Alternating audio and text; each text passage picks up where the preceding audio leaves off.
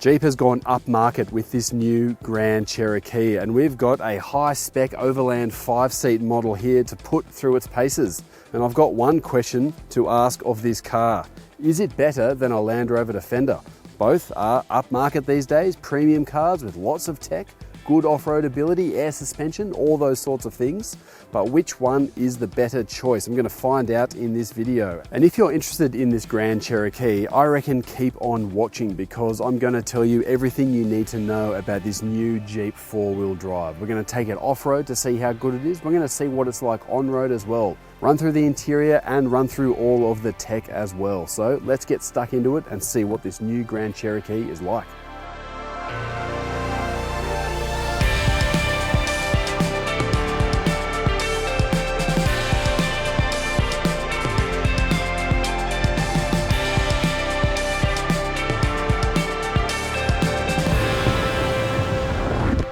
The 5-seat Jeep Grand Cherokee Overland is priced from $98,449 plus on-road costs, but our test model has been fitted with 2 optional packs. There's a $4,500 luxury tech group option, which upgrades the seats, adds 4-zone climate control and some other bits, and there's also a $2,750 off-road group pack. Now that throws in a 230mm rear diff with electronic limited slip ability, all-terrain tyres and some extra underbody protection.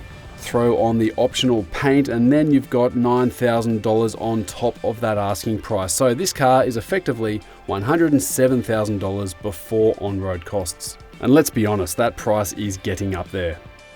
Other standard equipment includes height adjustable air suspension, a low range transfer case, 20-inch wheels and a powered tailgate.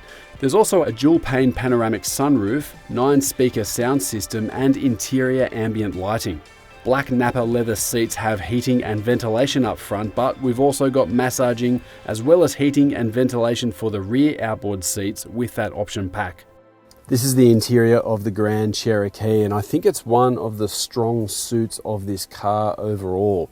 Looks great, feels modern. It's definitely a massive step up over the previous generation model, and it talks to, I think, how Jeep is positioning this vehicle as a real premium option these days. A lot of the materials are pretty good. You've got some hard plastics around the place, some regular materials that you'd find in regular cars. Some of it feels maybe a little bit flimsy, but you've got nice soft touch around here. That's not soft touch, but hey, it looks all right. And you've got a lot of piano black as well through this center console here.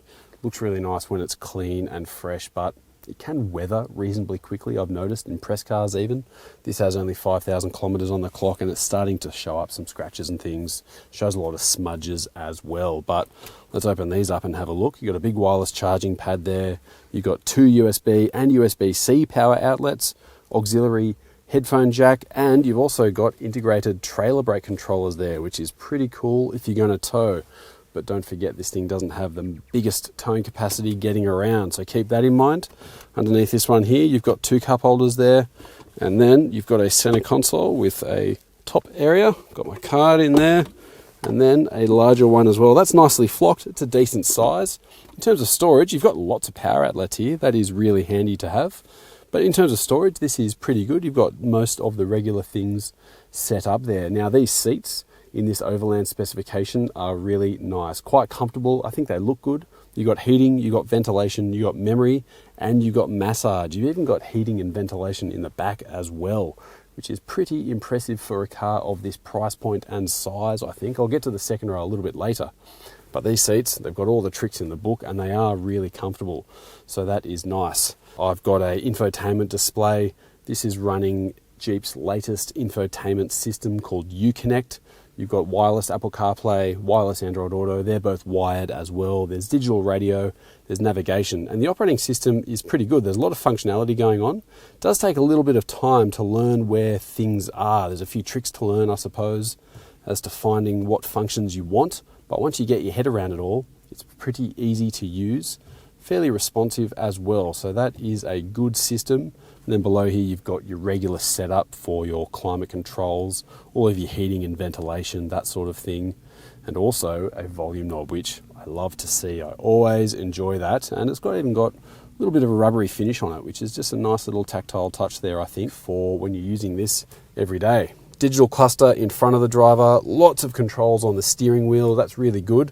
Don't forget you've also got these little ones. I haven't seen this on many other cars actually, but you've got these little buttons here that control volume when you're on the move, but also you can flick through different radio stations or whatever song you're listening to. It actually works really well, plus some little mini size paddle shifters if you do want to choose your own gear ratios when you're driving. So all in all, I think it does present really nicely in the interior. Some of the materials maybe aren't amazing, and the finish with the piano black, I don't know, it'd be great to see something else tried there, because I just don't think this sort of material lasts the distance. But other than that, this is a really impressive interior. Here's the second row of the Grand Cherokee, and once again, that's my driving position up front there. I'm a little bit under 6 foot in height, and I've got a fair amount of leg room going on. Plenty of toe room as well if I want it. But as you can see, my thighs are kind of sitting up and off the seat slightly here. It's not the biggest seat base, I suppose, in terms of comfort, but it does tilt back a little bit, which does help with getting comfortable on those long drives. So all in all, this is a pretty good spot to spend time. Visibility is good. I think kids would enjoy it in the back in that regard. And if you wanted to fit 3 across the back, it's not too bad either. There is a fair amount of width going on here, and the middle seat isn't as much of a dicky seat as you get in others. In terms of specs, we've got a fair bit going on. Similar to the upfront setup there, we've got twin USB and USB-C power outlets, but there is a 230 volt outlet there, which is pretty cool. Heating and ventilation for the outboard seats. That's a bit of luxury, I think, for the second row. And sun blinds as well. So that's really good for adults and kids, I reckon, when they want to have a little doze in the car. There are air vents in the B-pillars and air vent at the back of the center console here, so you shouldn't be getting too hot or too cold. And of course, some pop-down cup holders with the armrest, and there's room for a bottle in the doors. In terms of materials and the look and the fit and the finish, this is still really nice. I think it mimics what's going on up front. It continues that into the back here. It looks good, it's comfortable. I think this does work well as a 5-seater. Here's the boot of the Grand Cherokee. Being only a 5-seater, it's not too bad in terms of space. You don't have a huge amount of depth going on here. It is a flat load space, but you do have a spare wheel hiding underneath in the boot here. A lot of competitors have them either on the back tailgate or underslung, but this one is in the boot. It's not a full space saver, but it's also not a full size spare either. It's on a spare wheel. It's a different tread pattern, especially when you've got the off-road pack that our test car has here at the moment, but it is a little bit sturdier and better. It's not going to be speed limited, for example, in comparison to some other space savers or temporary spare wheels. Space is good. You've got some tie down points, which is handy, and a 12 volt power outlet there on the side, and a couple of hooks.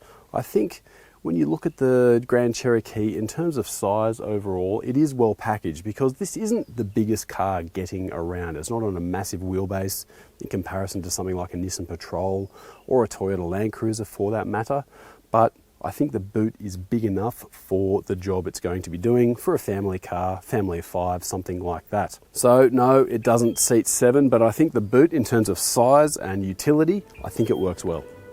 Let's talk some off-road specs. In this overland specification that we have here, the Jeep Grand Cherokee does have some of the best off-road ground clearance in the segment. But you're probably wondering, where is all of that ground clearance? It's not there at the moment, definitely, because we're in the lowest setting for this height adjustable air suspension. It can go up. I've got the car running at the moment, and I've got someone in the driver's seat actually to push this thing up into its highest setting. You'll see the car start to raise up. There's an air compressor in the back that hums away there, pumps air into these airbags, and the vehicle slowly goes up. It's not as fast as a Land Rover.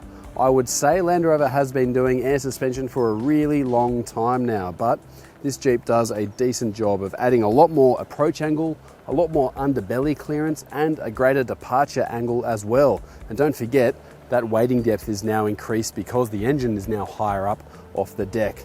Now, as you can see, that is a lot higher. You can see this upper control arm here pointing almost down towards the ground. The car doesn't have a whole lot of down travel left now. It's almost at full extension all of the time. And you can kind of feel that when you're driving, but in terms of ground clearance, it is a great advantage. That height adjustable air suspension allows for up to 276 mils of ground clearance underneath the Grand Cherokee, which is comparable to a Land Rover Defender on air suspension.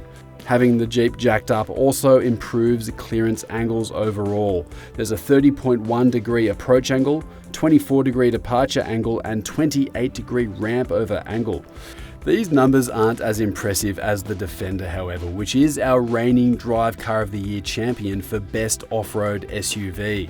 The 610mm claimed weighting depth of the Jeep is behind the pace as well a little bit. The Defender has 900mm.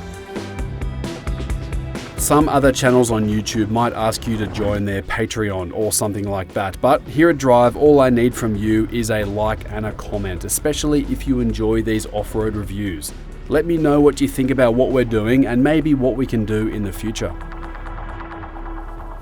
All right, we've got a little climb here, some ruts. The dirt is quite soft and the holes are deep, so let's see what this Jeep does. I'm not too worried about clearance because I'm in the highest setting at the moment. You can feel that traction control already starting to work. I'm in rock mode. It's actually quite impressive, the off-road traction control in this car. Doesn't take much wheel spin, but geez, you can see the big wheel lift there at the moment. That is huge. Keep easing forward slowly, and the car's driving forward. It's a bit disconcerting when you've got a wheel so far off the ground, but credit where credit's due because that traction control does a decent job. Now, one thing I'm feeling already with this car is that it's a challenge to drive smoothly because of the throttle calibration and the way the engine develops torque. It needs a few revs to start pushing the car along. And even though rock mode does seem to soften off that throttle response a bit, it is a challenging car to drive smoothly. Another thing that's not so smooth, I've got to say, is the suspension. Because this thing is jacked up so high, we've kind of got no down travel, and the spring rate is quite high as well, so it feels stiff and tall. Really good for ground clearance, but it doesn't have much travel, doesn't feel very stable either. You're lifting wheels a lot. Traction control's working hard, but I've got to say it's quite impressive because I'm just driving forward here nice and slowly, scrabbling away. No issues with clearance. And I can say that when I've driven this same hill in something like a Land Cruiser, a Y62 Patrol, you're kind of sweating on the clearance a little bit in those cars, but in this case, absolutely not. I just wish it felt a little bit more stable. Have to give some credit to the tyres as well. These are Goodyear Duratrack all-terrain tyres. They are a fantastic tyre for off-road, and a big part of the capability of this car, I think, does come down to the rubber. That's part of the $4,000 off-road pack, but of course you can throw on whatever tyres you want when you own the vehicle. Doesn't feel super comfortable doing it, but it does do it. The big thing there is the amount of clearance you've got and this traction control system, which does feel really sharply tuned, but you've just got to drive through those big wheel lifts and kind of trust the car. It's not perfect, I've got to say. It doesn't feel stable sometimes, a little bit skittish from behind the wheel, but not too bad. Now, what goes up must come down, as they say, and it's a good chance to test what this thing is like going down hills. I'm going to descend down, so I'm in drive, I'm in rock mode, and what I'm going to do is use the paddle shifters here just to lock it into first gear. And I'll see. Oh, I can feel straight away. Oh, geez, this thing wants to run away from me completely. There's next to no compression braking there really available, so I'll put on hill descent control because it feels like I need it. Now let's go forward here. I can use the paddle shifters to adjust the speed, which is nice. And that is a really slow progress at the moment. But then as you feel the car lift wheels, once again, this thing lifts wheels like crazy, the car starts to run away from you a little bit. So it's not as smooth as it could be, I think. As those wheels unload, it just gives the drive the ability to, I guess, slip away and the car sort of scoots off down the hill. It catches itself after a minute, but it's just not that good. Now, most four-wheel drives do have a hill descent control system these days, and this is one of the better ones. It's similar to what I've experienced in a Toyota Land Cruiser or a Land Rover Defender, but it is let down by just the fact that this suspension is so stiff and the car lifts wheels so much. I think it puts even more pressure on the electronics of the car. Now, the off-road testing is ticked off, but now we've got to do what is unfortunately going to be 95% of this car's life, which is on-road driving. Let's see what it's like.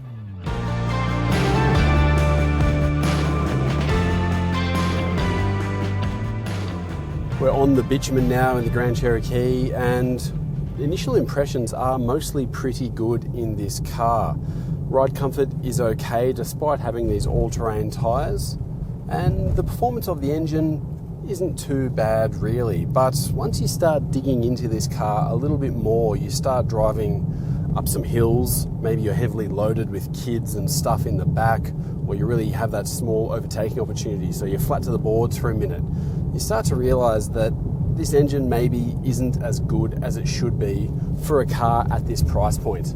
It's a 3.6 litre naturally aspirated petrol V6, and it makes all of its torque somewhere up in the middle of the rev range, so you do need to wring the neck a fair bit to get what you want out of this engine. And in comparison to what you can get in other vehicles, yes, you don't get things like heated and vented seats and that sort of thing, but hey, a Nissan Patrol's got a 5.6 litre V8, it's glorious. Land Rover Defender's got a bunch of 4-cylinder, 6-cylinder turbocharged engines.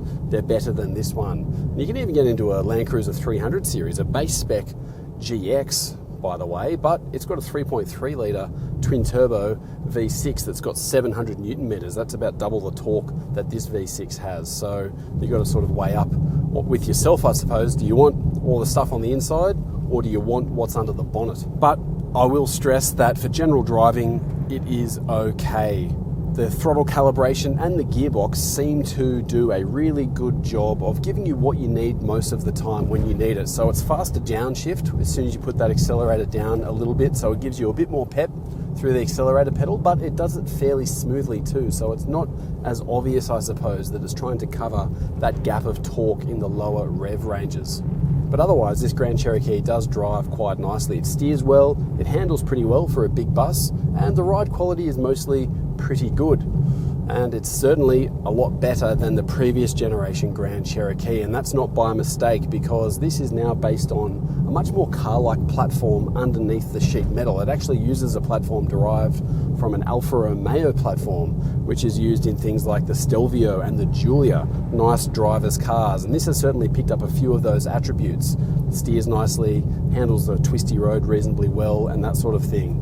So I guess from that point of view, it moves away from the old off-road, diesel-powered towing vehicle and moves into that more luxury, premium SUV space. And from some senses, that does kind of work, but I also think this engine does tend to let it down a little bit. While the 7-seat Grand Cherokee and 5-seat plug-in hybrid variants get a 5-star ANCAP safety rating, this non-hybrid 5-seater got stung with a 4-star rating from that local crash testing. Now, this comes down to the seat belts in the second row not performing as well. ANCAP said they had a high load and effectively performed poorly in their testing. Well, I think you'd have to agree with me that this Grand Cherokee did quite well on that off-road challenge, and it's safe to say that that trail-rated badge on the side there isn't just there for show. This thing is actually good off-road, but I do have a little bit of an issue with it, and that comes down to the sense of stability from behind the wheel. This thing loves to lift a wheel off-road in hard conditions, and while it might look really cool from the outside, it can feel a bit skittish on the inside and not that confidence-inspiring in comparison to other four-wheel drives out there. So with that in mind, this thing, it'll probably do 100% of what you want it to do, but when you get into that really gnarly terrain, the hilly stuff and the ruts, personally, I'd feel more comfortable in something else that has a bit more stability off-road. But otherwise, this is a nice car. There's loads of tech, especially for the asking price, and that interior is pretty good. Although I've got to say, it is let down a little bit by the powertrain. There is no diesel anymore, don't forget. And at the end of the day, I've got one question. Is it better than a Land Rover Defender? I don't think so. And if you want more off-road content, check out this video here. This is one of my most favorite reviews I've done. It's a Land Rover Defender up a very challenging track called Mount Walker. Definitely worth a watch.